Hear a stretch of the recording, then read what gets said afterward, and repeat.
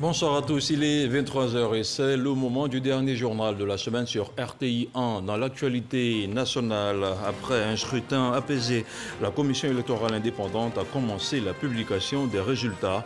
Les premiers résultats qui sont progressivement annoncés par la CEI sur la RTI. Le président de l'institution interpelle les candidats qui s'adonnent à la proclamation des résultats sur les réseaux sociaux. Dans ce journal, nous irons à San Pedro où notre correspondant permanent Sam Conan a décidé de nous plonger dans l'univers de la pêche artisanale, un secteur pourvoyeur d'emplois et qui contribue à la nutrition de la population ivoirienne en protéines, un dossier à découvrir en cours d'édition. Et puis en visite en Irak, jusqu'à demain lundi, le pape François a célébré ce dimanche sa plus grande messe dans le pays.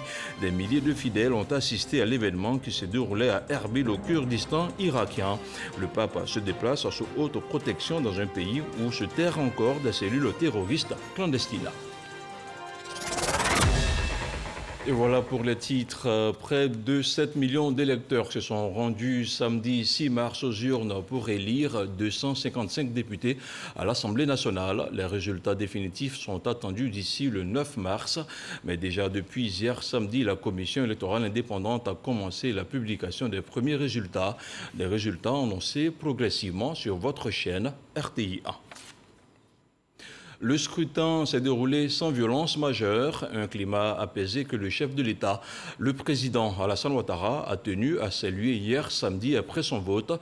Et comme on le dit au football, la balle est désormais dans le camp de la CEI, la commission électorale indépendante qui procède en ce moment même à la compilation et à la proclamation des résultats. Michel Dicré.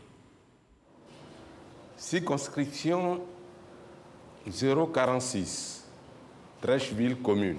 Dans quelques heures, tous les candidats aux législatives 2021 seront situés sur leur sort. La commission électorale indépendante procède depuis samedi nuit à la proclamation des résultats provisoires et ce, après un scrutin apaisé sur l'ensemble du territoire national. Jusqu'à notre départ, aux environs de 10 heures, le scrutin législatif se déroulait dans le calme dans la ville de Kwasi-Datekro. Les choses se déroulent comme prévu. Une affirmation confirmée par les observateurs et superviseurs électoraux. Dans la région du Hambol, le processus s'est bien déroulé sans incident. Pour le président de la République, il faut à présent maintenir le cap pour toutes les élections à venir. Que les Ivoiriens puissent choisir à compter de maintenant, en toute quiétude et dans la paix, leurs représentants, que ce soit pour le pouvoir suprême de l'exécutif, le pouvoir législatif ou bien évidemment les élections locales avec les mairies et les élections des conseils généraux. Pour l'heure, la commission électorale indépendante est à pied d'œuvre pour donner tous les résultats dans les plus brefs délais. Dans plusieurs localités, certains candidats malheureux ont déjà appelé leurs adversaires pour les féliciter, pendant que d'autres attendent l'ouverture du contentieux pour faire des recours. Et ce dimanche, les observateurs internationaux de la CENSAD ont animé un point presse à Abidjan. Ils jugent le scrutin globalement satisfaisant dans l'ensemble. Toutefois, ils relèvent quelques dysfonctionnements. Ahmed Traoré, Adama Kone. Les élections législatives du 6 mars 2021 en Côte d'Ivoire ont été suivies par des observateurs internationaux. 24 heures après le scrutin, la communauté des États sahélo-sahariens, CENSAD, livre ici ses conclusions.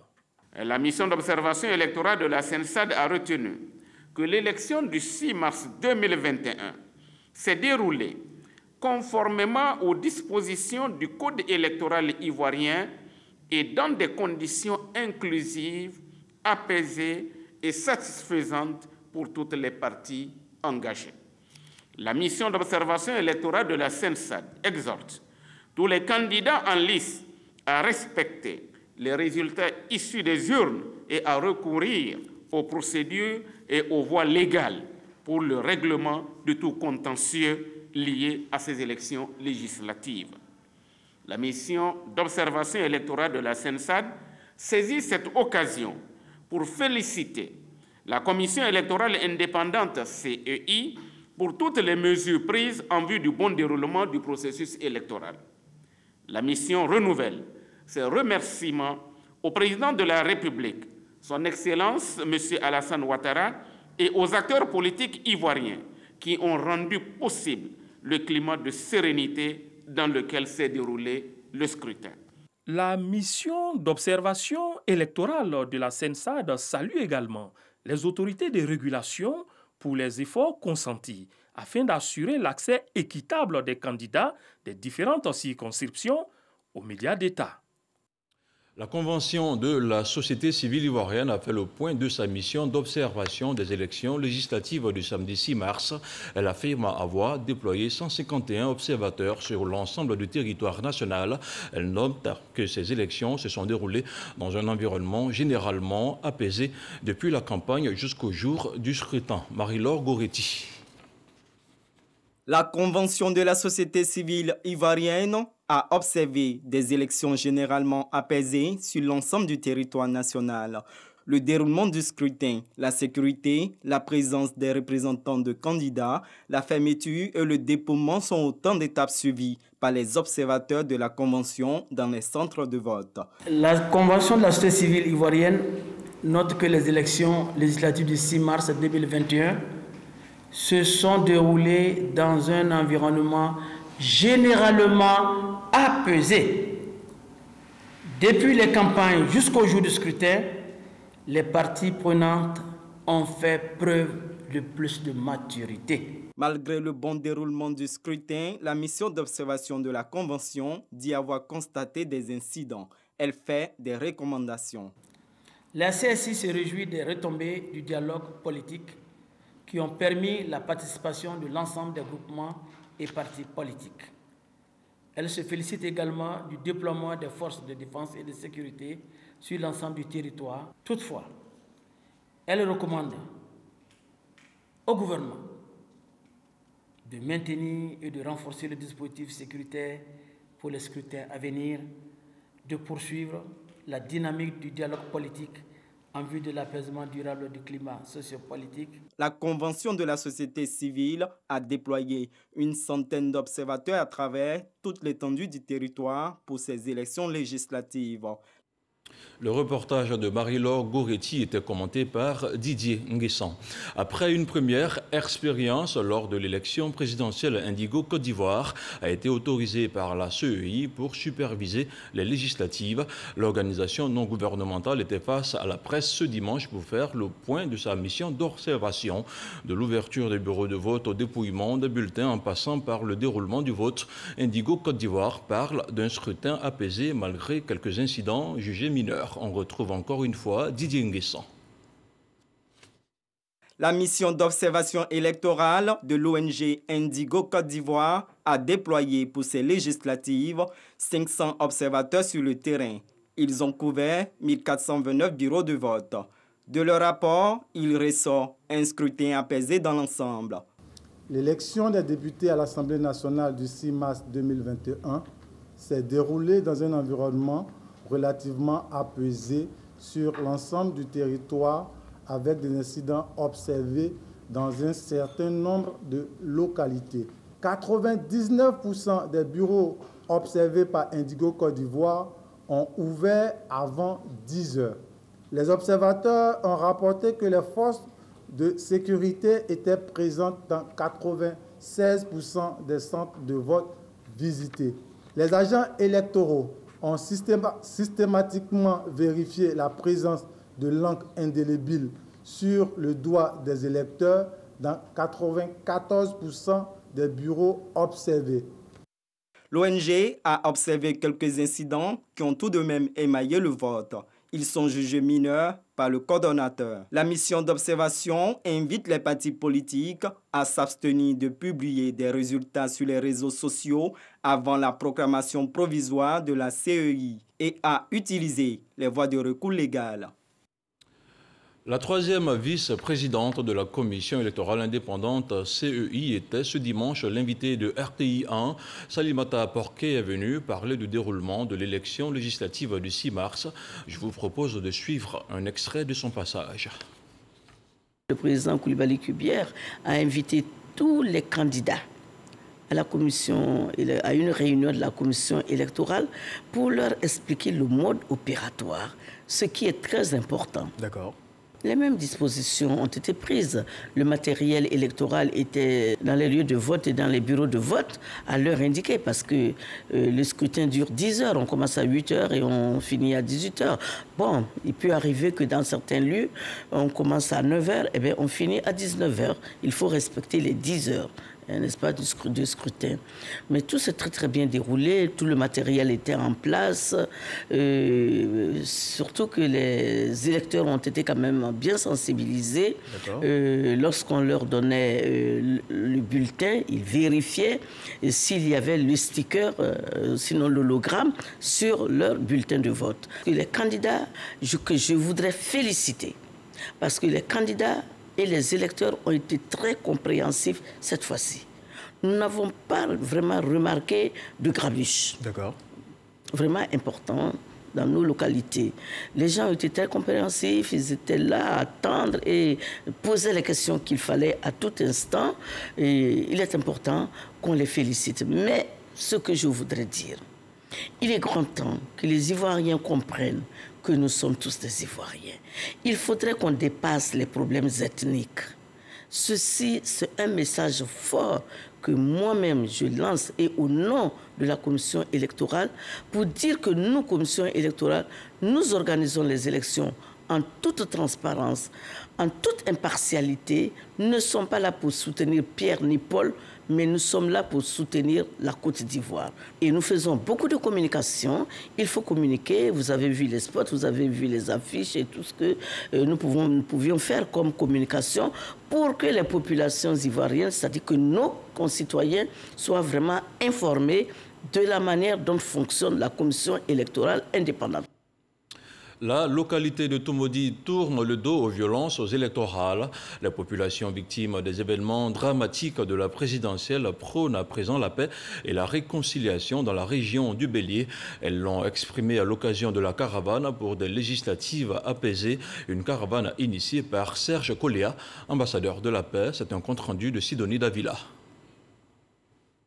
À Tomodi, l'équipe de la caravane pour des législatives apaisées exprime sa solidarité aux victimes des violences liées à la présidentielle de 2020.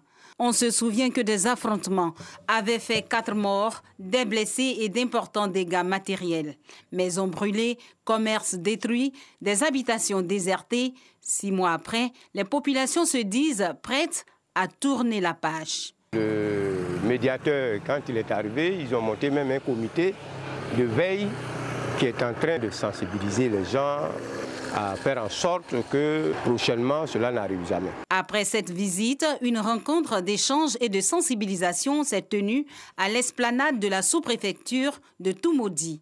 La caravane pour des législatives apaisées, comme l'a rappelé Serge Koléa, l'initiateur, vise à prôner la paix et la réconciliation nationale. Pour nous, Tomodi, c'était un symbole. Il était question pour nous de venir parler de paix. Vous apportez notre part de compassion morale. La situation qu'on a vécue, elle est encore réelle et présente. Et nous, humblement, pour vous parler donc de réconciliation, de pardon. C'est vrai, c'est pas facile, mais on est obligé d'aller au pardon. Message bien reçu par les victimes. Dans la vie, chaque chose a son temps. J'ai pardonné tout ce qu'ils ont fait. Donc je demande à tous les Ivoiriens, les élections, ce n'est pas la guerre. Chacun de nous a le droit de s'exprimer dans les urnes. L'ambassadeur de la paix, Serge Koléa, et son équipe du Club des Amis de la Culture pour la paix et la réconciliation ne sont pas venus les mains vides à Tomodi. Des sacs de riz, de l'huile, des pâtes alimentaires, du savon ont été offerts au grand soulagement des victimes présentes. Un geste pour donner l'élan d'une chaîne de solidarité à l'endroit des sinistrés. Et on s'intéresse maintenant au dossier de la rédaction de RTI 1. Je vous le disais en titre, la pêche artisanale demeure une activité peu pratiquée par les Ivoiriens et pourtant c'est un secteur vital. L'année dernière, par exemple, la pêche artisanale a permis d'écouler sur le marché depuis le port autonome de San Pedro 1300 tonnes de produits frais. Notre reporter Sam Kona est allé à la rencontre de ces pêcheurs, des pêcheurs qui contribuent à la nutrition des Ivoiriens en protéines. Qui sont-ils ? Comment la pêche artisanale est-elle pratiquée et avec quels moyens? La réponse dans ce dossier de la rédaction de RTI 1 signé Sam Conan. On regarde. Port autonome de San Pedro. Nous sommes dans la zone d'exploitation du port des pêches qui s'étend sur 4 hectares. Ici se pratique la pêche dite pêche artisanale avec des pirogues motorisées qui s'étendent à perte de vue. Quand on dit un port artisanal, le caractère artisanal est lié au caractère des pirogues. C'est des pirogues artisanales. Bien sûr qu'elles sont motorisées, mais ce n'est pas des chalutiers. Qui pratique la pêche artisanale? Le majorité, on a les Fanti et puis les gens de Nungo là aussi. Avant d'aller en mer, il faut préparer la pirogue. Plus de 400 pirogues motorisées partent en mer de jour comme de nuit à l'assaut des poissons. Quand on va aller à la pêche, on a tout dedans. Hein. On a des fourneaux, on a des machettes, on a des couteaux, il y a les autres qui prennent gaz pour aller, on prend les charbons et puis la nourriture. C'est ça, on prépare pour qu'on puisse manger avec ça sous l'eau, pour qu'on puisse avoir la force pour pêcher. Tu vois les caisses qu'elle a, on met la graisse dedans et puis on prend notre carburant, tout ça là, quand on rentre sous l'eau, on perd les sardines ici pour aller à la pêche. Une fois sur l'eau, la pêche artisanale peut commencer. On coupe les appâts, on met au bout des hameçons et puis on lance dans l'eau. Mais avant de partir, on a des sondaires, on a GPS, tout ça, c'est ça qui nous indique. Ici, il y a des rochers, ici, il y a des poissons. Ça nous permet à pêcher rapidement. Voilà, donc c'est comme ça. Comment acquérir une pirogue et combien coûte-t-elle? La pirogue, il y en a, on achète en Côte d'Ivoire ici. Il y en a aussi, on achète au Ghana. Il y a des pirogues de 2 millions, il y a des pirogues de 1,5 million. Il y a des pilotes de 1 million, il y a des pilotes de 4 millions. Le moteur, ça coûte 2,3 millions. Maintenant, ça c'est 40 chevaux. Maintenant, le 15 chevaux, il coûte 1,6 million. Et la pêche artisanale, c'est une pêche, on peut dire sur Tomora. Tu peux faire la dépense de 500, 400 000, tu sois à zéro. Il y a des moments aussi, si Dieu était deux aussi, tu peux gagner aussi. Les pêcheurs ont le souci de protéger les alevins. Il y a des filets, quand on rince, quand on trappe petit poisson, là, on le laisse. On ne le garde pas, c'est-à-dire on doit le laisser pour qu'il puisse grandir. Donc les groupes qui sont dedans, qui sont autorisés de pêcher, c'est ça que nous on envoie. Il est 8 heures. Titi fait partie de la communauté ghanéenne des pêcheurs. Comme chaque jour, il revient de la pêche après avoir passé plusieurs jours en mer. Ils sont quittés ici, aller 2 km. Maintenant, ils ont fait 3 jours pour arriver là-bas. Pour quitter là-bas, pour pêcher, tout, ça fait 5 jours pour retourner, pour venir. Avant le débarquement, Titi doit remplir certaines formalités. D'abord, le contrôle de ses papiers qui l'autorisent à pratiquer la pêche. Un contrôle effectué par les agents de la police maritime qui assurent la sécurité. Je vous aperçois, oui, avancez. Nous veillons aussi sur l'application stricte des règles en matière de pêche. Donc là, la vedette arrive, tout à l'heure on va passer au contrôle documentaire et puis après nous allons sécuriser tous les débarquements. Ensuite intervient les agents du ministère des Ressources animales et halieutiques qui doivent inspecter les poissons pêchés. Quand la pirogue arrive, dès qu'on ouvre la caisse, on regarde d'abord l'état de la glace, la couleur de la glace. Et dès qu'on commence à faire sortir le poisson, on voit la fraîcheur avec le thermomètre. Ce thermomètre-là nous permet de déterminer si ça a été bien glacé ou pas. Maintenant, on prend un poisson, un échantillon, dans ce qu'on a vu, et on voit la fraîcheur, si ce n'est pas altéré avant que les gens ne glacent. Mais en temps, on s'assure que le poisson se fait par type ou par espèce. Une fois la qualité du poisson certifiée, c'est l'étape de la pesée. La pesée sert à faire les statistiques, pour savoir quel type de poisson nous avons reçu ce jour. Et surtout dans cette pirogue, la pirogue que nous venons de débarquer. Et donc, en ce moment, on vient de peser 100 kg de céréales. Et on a donné au propriétaire, c'est-à-dire à la marailleuse, qui va reconditionner. Donc nous procédons à la pesée pour pouvoir délivrer les redevances, les tickets, parce que toutes ces activités-là sont assujetties à des redevances. Et nous prenons aussi les espèces parce qu'après nous élaborons les statistiques pour savoir un peu les différentes qualités de poissons qui passent par le port. Quelles sont les variétés de poissons qui sortent du port de pêche de San Pedro? On a les sardinelles, on a les thons, les différentes espèces de thon, thon boni, thon albacore. Et puis on a les poissons nobles comme le mérou blanc, le mérou noir, les capes rouges, les dorades.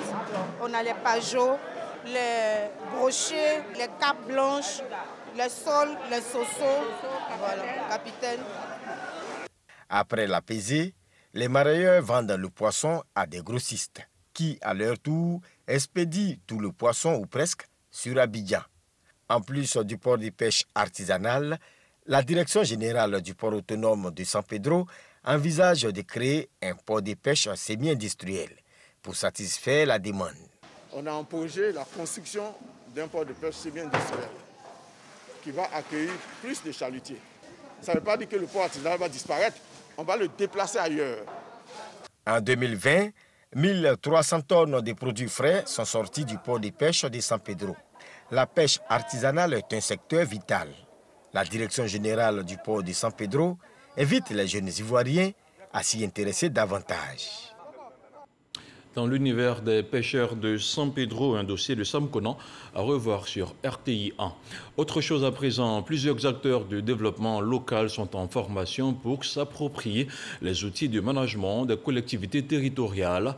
À terme, le projet devra aboutir à la certification des 13 communes pilotes à la norme ISO 37101. La séance de formation s'est déroulée dans la commune de Port-Bouët. C'est un reportage de Michel Digré. Le développement local à travers le transfert de compétences aux collectivités territoriales constitue une préoccupation majeure pour le gouvernement. La raison, les collectivités territoriales rencontrent d'énormes difficultés dans leur fonctionnement quotidien du fait des problèmes budgétaires mais aussi des insuffisances au niveau du management du développement durable. Cet atelier vise à donner à une cinquantaine de participants, acteurs du développement local, les outils nécessaires en matière de planification et de leadership. L'objectif est d'arriver à la certification des communes choisies pour la phase pilote du projet. Vous savez, le gouvernement ivoirien est engagé dans plusieurs programmes de bonne gouvernance. Et la normalisation ISO est une porte importante pour nos communes. Il s'agit de veiller à ce que les ressources publiques qui sont affectés et qui sont gérés dans nos communes le soient selon un certain nombre de critères. Vous savez, aujourd'hui, la Côte d'Ivoire n'est pas seule. Les indicateurs de bonne gouvernance sont suivis à travers le monde entier. Et la Côte d'Ivoire souhaite que nos communes, justement, s'inscrivent dans cette logique de bonne gouvernance. D'une durée de 15 mois, ce projet de certification des communes ivoiriennes à la norme ISO 37101 est conduit par une équipe d'experts américains en collaboration avec la Direction générale du développement local. Et on continue à parler de développement local pour insuffler une nouvelle dynamique à l'action administrative dans sa région. Le nouveau préfet du Hambol implémente le séminaire gouvernemental. Le procédé consiste à définir et évaluer l'action gouvernementale sur le terrain. À Katiola, les participants ont établi le bilan des services rendus aux populations par l'administration l'année écoulée. On en sait davantage avec Léon Brou. Comme les forces de défense et de sécurité, le Conseil régional du Hambol a l'épreuve du bilan de ses activités pour l'amélioration des conditions de vie et du bien-être des populations. Plus de 2 milliards de francs CFA investis l'an dernier, prioritairement dans la santé et l'éducation. De 11 écoles qu'il y avait dans la région, nous sommes aujourd'hui à plus de 110 écoles. Pour 2021, nous prévoyons la construction des centres de santé, qui sont composés de dispensaires et de maternités. Au total, 10 communications sur l'action administrative dans le département de Katiola, routes hydrauliques, agriculture, formation professionnelle, jeunesse et affaires sociales, protection civile, bref, tous les domaines passés au peigne fin, les difficultés également relevées et des alternatives pour plus d'efficacité proposées. Cette initiative du corps préfectoral, une grande première qui va insuffler une dynamique nouvelle au développement local, jugent les autorités. C'est une façon moderne de gérer l'administration. Nous en sommes très fiers, nous adhérons totalement à cette façon de faire et nous pensons que c'est finalement au bénéfice et au profit de nos populations. Il y a des difficultés qu'on pourrait résoudre au plan local. Il y a des difficultés qui vont peut-être au-delà de nos capacités. Donc nous allons nous en référer à nos hiérarchies respectives, de telle sorte que toutes les actions qu'on doit mener puissent aboutir. Ce séminaire pour améliorer l'action administrative à Katiola, le préfet du département, préfet de la région du Hambol, l'inscrit dans le cadre de la mise en œuvre de la gestion axée sur les résultats et dit s'inspirer du séminaire gouvernemental. Éducation, maintenant, le Conseil régional du Sud Comoé entend faciliter le fonctionnement des cantines scolaires. Il vient d'offrir 10 tonnes de vivres aux établissements scolaires des communes d'Aboisseau et de Maféré. Le film de la remise de dons, c'est avec Mahama Traoré. Nombreux sont ces écoliers des établissements publics obligés de regagner leur domicile à la pause de midi en raison de la fermeture des cantines scolaires. Cette situation de nature à baisser les taux de réussite scolaire interpelle le Conseil régional du Sud Comoé. La collectivité territoriale vient ainsi de remettre 10 tonnes de vivres aux inspections de l'enseignement primaire des communes d'Aboisseau et de Maféré. Il est donc de notre responsabilité en tant qu'agent de collectivité d'apporter la contribution et du Conseil régional et une contribution personnelle en tant que chef de famille, en tant que parent d'élèves, pour que les cantines puissent nourrir correctement les enfants. Pendant toute l'année scolaire, l'État fait nourrir nos enfants pendant 18 jours seulement. Cette année, c'est 17. L'enfant aura à manger sur place. Il ne fournira plus cet effort pour marcher 3 km aller à la maison, 3 km revenir. Mais attends, c'est un enfant. On lui demande trop. Il restera sur place, il mangera et cela va se ressentir dans les résultats scolaires. Ces 10 tonnes de vivres sont destinées à 40 établissements scolaires publics accueillant plus de 11 000 élèves. Cette dotation va pouvoir couvrir les besoins des cantines scolaires durant plusieurs semaines avant la fin de l'année scolaire. Et on fait maintenant le point de la situation de la Covid-19 au 7 mars 2021.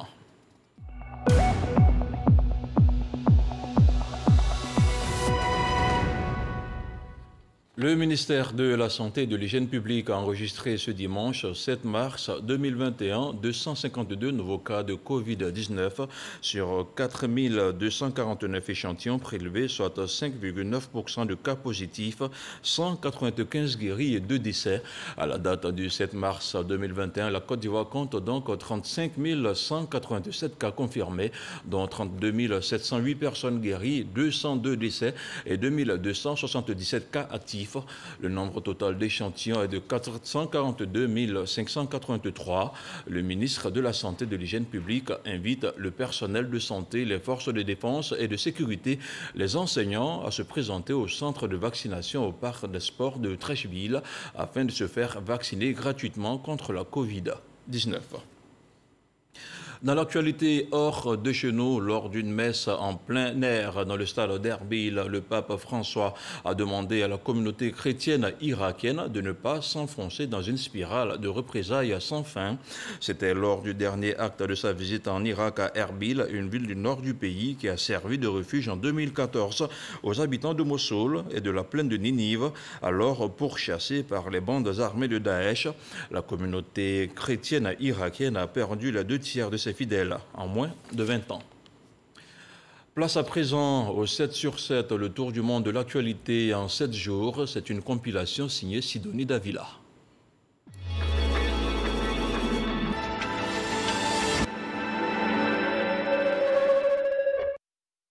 Nicolas Sarkozy condamné à 3 ans de prison, dont un an ferme dans l'affaire des écoutes. L'ancien président français a été déclaré coupable de corruption et trafic d'influence. Les faits remontent à 2014. Des centaines de jeunes filles libérées après des négociations entre les ravisseurs et les autorités locales du Nigeria. Elles étaient mardi matin dans les locaux du gouvernement de Zamfara. Ces jeunes filles avaient été enlevées par des hommes armés dans les dortoirs de leur école. Arrêté mercredi alors qu'il se rendait à sa convocation dans le cadre d'une plainte pour viol, l'opposant sénégalais Ousmane Sonko a été arrêté et placé en garde à vue dans l'après-midi pour trouble à l'ordre public et participation à une manifestation non autorisée. Ousmane Sonko sera présenté devant le juge pour n'avoir pas répondu à la convocation, affirme l'un des membres de son équipe de défense, Maître Gibi Diagne. Pendant que la répression sanglante des manifestations se poursuit en Birmanie, de plus en plus de pression internationale contre la junte birmane. Le rapporteur spécial des Nations Unies recommande un embargo mondial sur les livraisons d'armes. Le pape François est arrivé en Irak vendredi dernier, faisant la joie des chrétiens d'Orient. La visite à haut risque est sous haute surveillance. C'est la première visite papale de l'histoire de l'Irak, ravagée par les guerres et désormais confrontée à la pandémie Covid-19.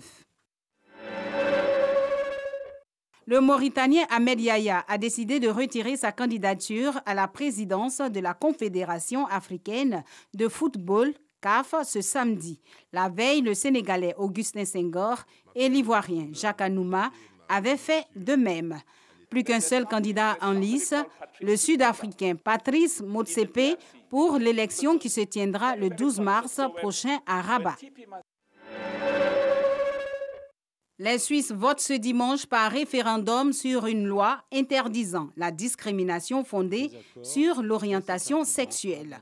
Une loi saluée comme un garde-fou contre l'homophobie par ses partisans, mais décriée comme une forme de censure par ses adversaires.